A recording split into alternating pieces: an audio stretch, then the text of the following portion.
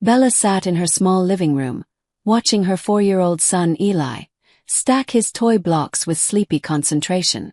She was only 32, a single mother, and already a senior financial advisor who worked harder than anyone she knew. But her biggest challenge wasn't her job. It was her parents. For 3 long years she had paid their mortgage, repaired their car, and covered their groceries. And yesterday, when she called her mother during a childcare emergency, Mary had laughed. "We're not your nannies, Bella." Bella swallowed the hurt, forced a calm voice, and replied, "Perfect. Then pay your own mortgage." Bella grew up in a small Portland neighborhood where money was always tight. Her parents had argued about bills more than they talked about dreams. When her father, John, lost his job after 20 years, the whole house felt heavier. Mary worked mornings in a diner, evenings in a store, and sometimes cleaned offices on weekends. Bella remembered watching her mother come home, pale and exhausted, whispering, "One day we'll be okay." At 14, Bella took her first job at a grocery store. Every dollar she earned went into a glass jar labeled emergency fund. But the emergencies never stopped coming. Still, Bella discovered something powerful about herself. She understood numbers like they were a language made just for her. Her teacher, Mrs. Phelps, saw it first. "Bella, you see patterns other students miss," she told her one afternoon. "You could build a real future with this gift." With that encouragement, Bella applied for every scholarship she could find and eventually earned enough to study finance in college. She worked late nights, early mornings, and every hour in between. Whenever she felt tired, she remembered her parents' strained voices on the phone and kept pushing herself harder. She wanted a better life, one she would build herself. By 27, Bella became one of the youngest senior advisors at Preston Financial. That was where she met Eric, a confident man seeking help with an inheritance. After a few meetings, he asked her to dinner to discuss investments, though they both knew it was more. Their relationship moved fast. Too fast. 6 months later, Bella found out she was pregnant. "A baby," Eric whispered, stunned. "I'm not ready for this." He tried for a while, even came to one ultrasound, but then slowly disappeared. When Bella was 7 months pregnant, he packed his bags, left a note, and vanished from her life. Bella didn't break. She couldn't. When little Eli was born, she promised him a stable life, something she never had. She continued supporting her parents financially, paying bills, covering emergencies, always stepping in first. First, they were grateful. John fixed things in her apartment. Mary dropped off home-cooked meals. But slowly the gratitude faded. "The Petersons went to Hawaii," Mary would say. "Wouldn't it be nice if we could travel too?" Bella ignored the comments, telling herself, family supports family. But a small voice inside her kept asking why she was the only one sacrificing. Why did support only flow one way? Most mornings, Bella woke up at 5:30 a.m. She needed that quiet hour before Eli opened his eyes. By 6:45, he would stumble out of his room, rubbing his curls and mumbling, "Morning, Mommy." Their 2-bedroom apartment was small, but it held their world. Eli's room glowed with little stars on the ceiling. Bella's room doubled as an office where she reviewed client portfolios late into the night. She could afford a bigger place, but not while she was paying for her parents' house too. Every month, she squeezed her budget tighter, whispering, "Just hold on a little longer, Bella." Childcare was always the puzzle Bella struggled to solve. Little Explorers Daycare was reliable but closed at 6 p.m. sharp. Many clients preferred evening meetings, but she could only accept them on days when she found backup care. She had a small support circle: Sophia, her sweet neighbor who babysat for pasta dinners, and Derek, her coworker who sometimes traded daycare pickups. Her parents helped occasionally, but always with judgment. "You're too soft," John said once after Eli cried. "He watches too much TV," Mary added, though Bella had sent instructions. Every bit of help came wrapped in criticism she never asked for. Despite the stress, Bella thrived at Preston Financial. She had a reputation for clear, thoughtful advice, especially for single parents and women rebuilding their lives. That was what caught the partner's attention. "We're considering a new partner position," Mr. Thompson told her one afternoon. "And your work with family planning has impressed us." Bella nodded, trying to hide her excitement. Landing the new client, Westridge Enterprises, could seal her future. She prepared for weeks, rehearsing every detail of her presentation after Eli's bedtime. "One day you'll be a boss, Mommy," Eli told her proudly. She smiled. "Maybe sooner than you think." The morning of the presentation arrived clear and calm. Bella dressed carefully, smoothing her charcoal suit and fixing her hair while Eli watched. "You look pretty," he said. "Today is important," she replied softly. But halfway to daycare, her phone rang. The daycare number flashed across the screen. "Ms. Bella," the director said, "Eli has a fever. You need to pick him up immediately." Bella's stomach dropped. The meeting was in less than 2 hours. She picked up Eli, his cheeks flushed, his eyes tired, and raced through her contacts. Sophia was out of town. Derek was presenting too. Every option failed. Finally, with her hands shaking, Bella called her mother. "Mom, I need help. Eli is sick, and I have the most important meeting of my career today." There was a pause, then Mary said casually, "Oh, we have brunch with the Hendersons. And a seminar later. Today isn't good." Bella squeezed the steering wheel. "Mom, this is my one chance. Please." Mary sighed. "You always have drama. You chose a stressful career. We can't be expected to drop everything." Then came the final blow. Mary laughed. "We're not your nannies, Bella." Bella inhaled slowly. "Then maybe it's time you pay your own mortgage." Mary went silent on the phone, stunned. "You don't mean that," she finally whispered. Bella kept her voice calm. "I do. I can't be your bank and your only support system while raising Eli alone." Mary's tone hardened. "This is disrespectful. After everything we've done for you." Bella swallowed the ache rising in her chest. "Mom, I need to go. Eli is sick, and I'll figure something out." She ended the call before the guilt could pull her back. For the first time in years, she had drawn a real line. Eli sniffled softly in the back seat. Bella whispered, "I'll handle this, sweetheart." With the clock moving too fast, Bella rushed home, grabbed Eli's iPad, Tylenol, coloring books, and a blanket. "Buddy," she said, gently waking him, "you're coming to Mommy's office today.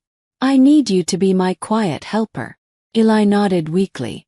"I can be quiet like a ninja." Bella kissed his forehead. "That's perfect."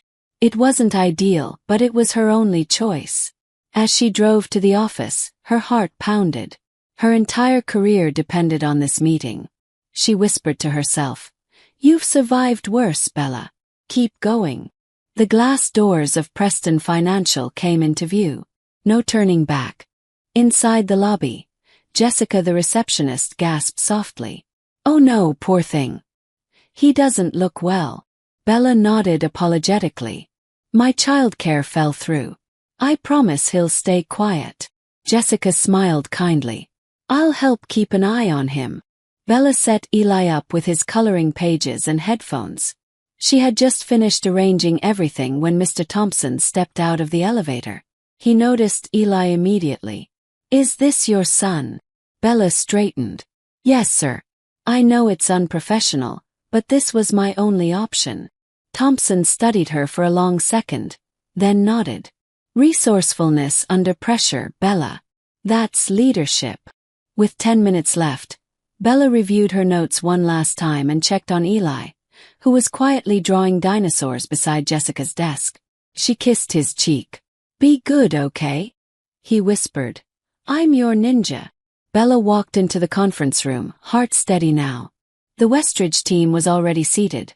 Serious faces, expensive suits, thick folders.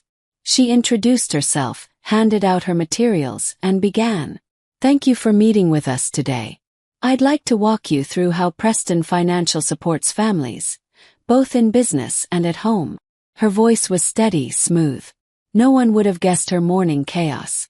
20 minutes into the presentation, Bella was completely in her element. She explained strategies for generational planning, trust management, and executive retirement options with clarity and confidence. Then the conference room door opened slightly. Jessica peeked in, apologetic, with Eli beside her. Bella's heart dropped. "I'm so sorry," Jessica whispered. "He needs the restroom." Before Bella could respond, Eli waved shyly at the room. The Westridge CEO, Ms. West, noticed him immediately. "Is that your son?" she asked, curiosity replacing her stern expression. Bella took a breath. "Yes, he's sick and my childcare collapsed this morning. I'm truly sorry for the interruption." To Bella's surprise, Ms. West smiled warmly. "No apology needed. We're family business. We understand real life happens." She nodded toward Eli. "Would you like to sit with your mother while she finishes?" Eli nodded, and Jessica gently guided him to the chair beside Bella. Bella whispered to him, "Stay quiet, okay?" Eli pressed a finger to his lips. The room relaxed instantly. Bella continued speaking, but now the board members leaned in with a new level of interest. Her authenticity, her humanity, made the presentation feel real. They weren't just hearing about family financial planning. They were seeing it in action. As the meeting went on, Ms. West flipped through Bella's materials. "You included special planning advice for single parents," she noted. Bella nodded. "Most firms overlook us. But single parents carry both financial and emotional loads. I wanted our firm to address that." Ms. West glanced at Eli, who was drawing quietly. "You understand this firsthand." Bella smiled softly. "Yes, it helps me connect with clients who often feel unseen." When the presentation ended, the board members shook her hand with genuine enthusiasm. Eli proudly showed his dinosaur drawing to the CFO. Even with the morning's chaos, Bella knew she had delivered her best. After the Westridge team left, Mr. Thompson approached her. "Bella," he said, "today was unconventional but impressive. The partnership committee will meet next week, and this presentation will weigh heavily." Bella felt her breath catch. "Thank you, sir." She gathered Eli, who looked much better after his nap. "Did you become a boss today, Mommy?" he asked as they walked to the elevator. Bella smiled, linking her fingers with his. "Not yet, buddy. But we got a lot closer." Outside, she lifted him onto her hip. "How about ice cream?" His eyes lit up instantly. "Even though I was sick. Especially because you were." At the ice cream shop, while Eli happily devoured a chocolate scoop, Bella checked her phone. 12 missed calls. 7 texts. All from her parents. The early messages were sharp and accusing. "You're ungrateful. You're dramatic. How dare you talk to us like that?" But the later ones were panicked. "Please call us. Are you serious about the mortgage? We need to talk." Bella locked her phone and placed it face down. "Not today," she whispered. Today was about Eli. About breathing. About choosing peace for once. She watched her son laugh at a sprinkle stuck to his nose and felt something unfamiliar. Relief. That night, after Eli fell asleep, Bella sat on her tiny balcony with a blanket around her shoulders. For years, she had poured money, time, and emotional labor into her parents' lives without questioning the imbalance. But today had shown her something she couldn't ignore. She was raising a child alone, holding a demanding career, and still carrying 2 extra adults on her back. She whispered to the night air. Enough. Tomorrow, she would meet her parents and finally speak the truth she had been swallowing for years. It wouldn't be easy. But she owed herself and Eli a life built on real boundaries. The next morning, Bella arrived early at the coffee shop she had chosen as neutral ground. She picked the corner table, far from other customers, knowing the conversation ahead needed privacy. She placed a folder on the table. 3 years of receipts, mortgage statements, and repair invoices she had paid for her parents. The number at the bottom still shocked her. Nearly a third of her income. She breathed deeply as she waited. "This is the beginning," she whispered to herself. Moments later, Mary and John walked in. Mary's face was tense. John avoided Bella's eyes. Let's just talk, Bella said quietly. Once they sat down, Bella slid the folder to the center of the table. Before anything else, I want you to see this, she said. John frowned, adjusting his glasses as he flipped through the papers. His expression tightened with each page. All of this you paid? He asked softly. Bella nodded. Every mortgage payment, every repair, every overdue bill. Mary barely glanced before waving a dismissive hand. We know you've helped us, Bella. But family helps family. That's what we taught you. Bella kept her voice calm. Yes, Mom. Family should help family, on both sides. Mary crossed her arms. We have helped you. Who watched Eli that time he had the ear infection? Who helped you move into your apartment? Bella met her eyes. Yes. You watched him for 3 hours during a 12-day illness. And Dad helped unpack one afternoon when I moved. Mary blinked, surprised Bella remembered exact details. I appreciate those things, truly. But they don't balance 3 years of financial responsibility. John stared at the final number, an amount larger than he had expected. I had no idea it was this much, he whispered. Bella nodded. That's the problem. Nothing has been discussed honestly. So what now? Mary asked, defensive. You're cutting us off after everything we did raising you. Bella inhaled slowly. No, I'm setting boundaries. I'll continue paying the mortgage for 3 more months. After that, you'll need a plan to manage on your own. Mary's voice rose. 3 months. We can't find that kind of money. Bella stayed steady. You have options. Downsizing, part-time work, renting a room. Mary's eyes widened. Rent out your childhood room to strangers. My childhood room has been a craft room, a gym, and now storage, Bella replied. And I need you to take responsibility for your finances. This is about yesterday, isn't it? Mary snapped. One little joke about not being your nanny, and you're punishing us. Bella leaned back, tired. This isn't punishment. Yesterday just opened my eyes. I needed help once, and you laughed. Mary slammed her palms on the table. Because we're your parents. We don't owe you childcare just because you pay a few bills. Bella's heart cracked a little at the word few. She kept her voice even. And I don't owe you a lifetime of financial support with no help in return. John touched Mary's arm. Maybe we should listen, he murmured. Mary pulled her arm away. Oh, so now you're on her side, she snapped at John. After everything we've done for her? John sighed. We can't deny the numbers, Mary. She's been holding us up. And yesterday, we didn't help her at all. Mary's eyes filled with frustrated tears, not understanding but fear. If we lose the house, it'll be her fault, she cried. Is that what you want, Bella? Bella slid a printed sheet toward them. You won't be homeless. These are condos you can afford. I found several options. Mary stared in disbelief. So you planned this ambush? I planned solutions, Bella answered calmly. Mary suddenly stood, her chair scraping loudly against the floor. I can't listen to this. When you come to your senses, call us, she said sharply, grabbing her purse and storming out. The bell above the cafe door jingled violently behind her. John stayed seated, torn between his wife and his daughter. He rubbed his forehead. She's scared, Bella. We both are. We never imagined being in this position. Bella nodded.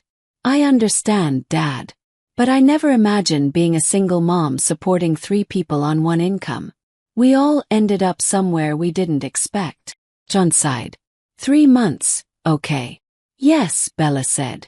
3 more months. After that, the mortgage is yours again. John looked down at the table. Will you at least help us figure out a plan? Of course, Bella replied gently. I'm not abandoning you.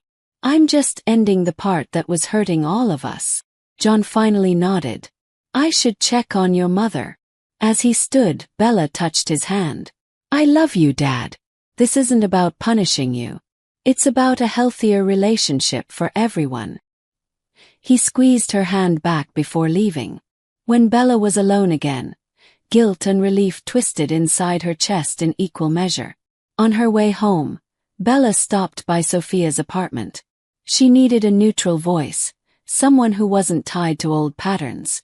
After Bella explained everything, Sophia nodded firmly. "You did the right thing," she said. "Boundaries aren't cruelty, they're clarity. They help everyone grow." Bella sighed. "But what if they truly can't manage? What if they lose the house?" Sophia shook her head gently. "Then you'll help them find the next step. But this time, Bella, you won't sacrifice yourself to fix everything. That's the difference." For the first time in years, Bella felt air reach the bottom of her lungs. That evening, Bella built a blanket fort with Eli in the living room. He giggled under the sheets as she held a flashlight and made shadow puppets on the wall. "Make the dinosaur again," he squealed. Bella laughed, realizing her shoulders had relaxed for the first time in months. The weight she'd been carrying, quiet, heavy, endless, felt lighter now. She tucked Eli into bed later and whispered, "Mommy's trying her best for both of us." Standing at the doorway, she watched him sleep, his little chest rising and falling. 3 months, she whispered to herself. Everything changes in 3 months. The next week moved quickly. Bella focused on work, preparing follow-up documents for the Westridge team. Each night, she updated budgeting templates and condo listings for her parents. She kept communication open but gentle. Mary sent short, cold texts. Nothing emotional, just updates like "we saw one condo today." John was more responsive. "We're trying, Bella," he said during one call. "It's hard, but we're trying." Bella believed him. She knew change always brought discomfort. Meanwhile, Eli sensed something different. "Grandma sad?" he asked one morning. Bella kissed his forehead. "Grandma is learning something new," she said softly. "Sometimes learning feels like sadness." 2 weeks after the cafe meeting, Preston Financial called a partner meeting. Bella sat outside the conference room, her hands shaking slightly. Mr. Thompson stepped out, expression unreadable. "Bella, come in." Inside, the partners looked relaxed, even warm. Ms. West from Westridge sat at the table too, smiling. "We've decided," Thompson said. "You showed dedication, clarity, and authenticity, qualities we want in leadership." Bella felt her heart pause. "Congratulations," he said. "Welcome to the partnership." Bella covered her mouth, overwhelmed. Ms. West stood. "You earned this, Bella. Not despite your life, but because of how you manage it." Bella whispered, "Thank you."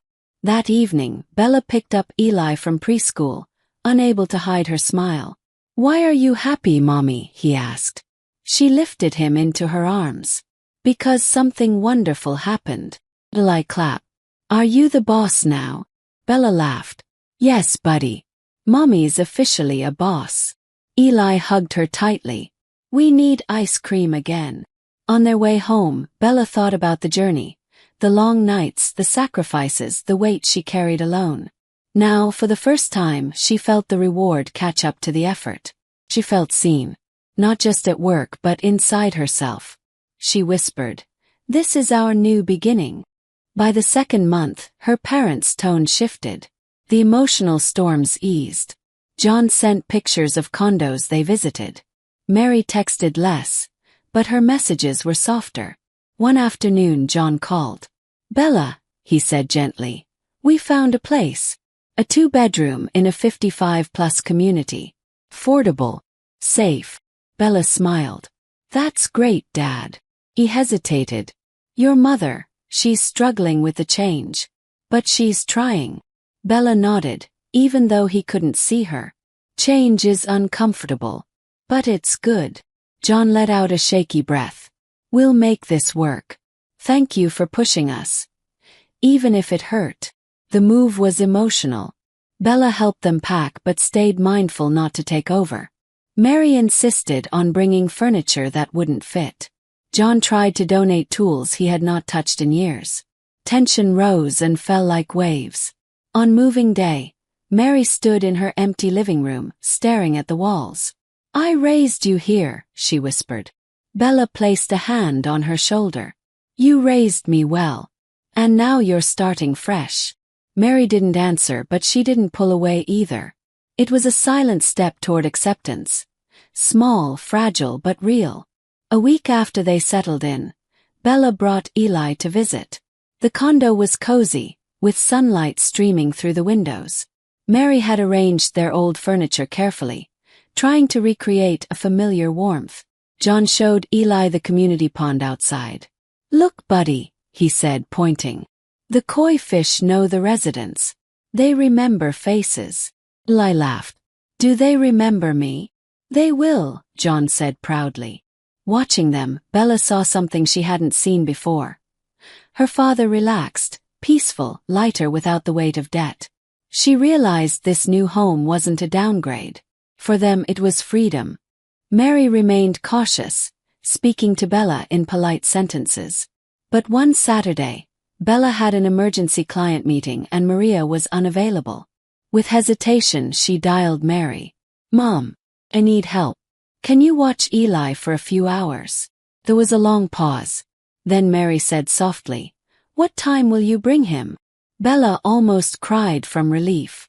When she picked Eli up later, she found him and Mary covered in flour, baking cookies.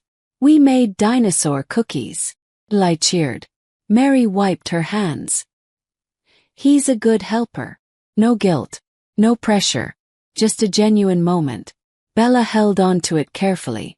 The next weekend, Bella hosted them for dinner. John brought a model airplane kit for Eli. Mary brought her famous lasagna.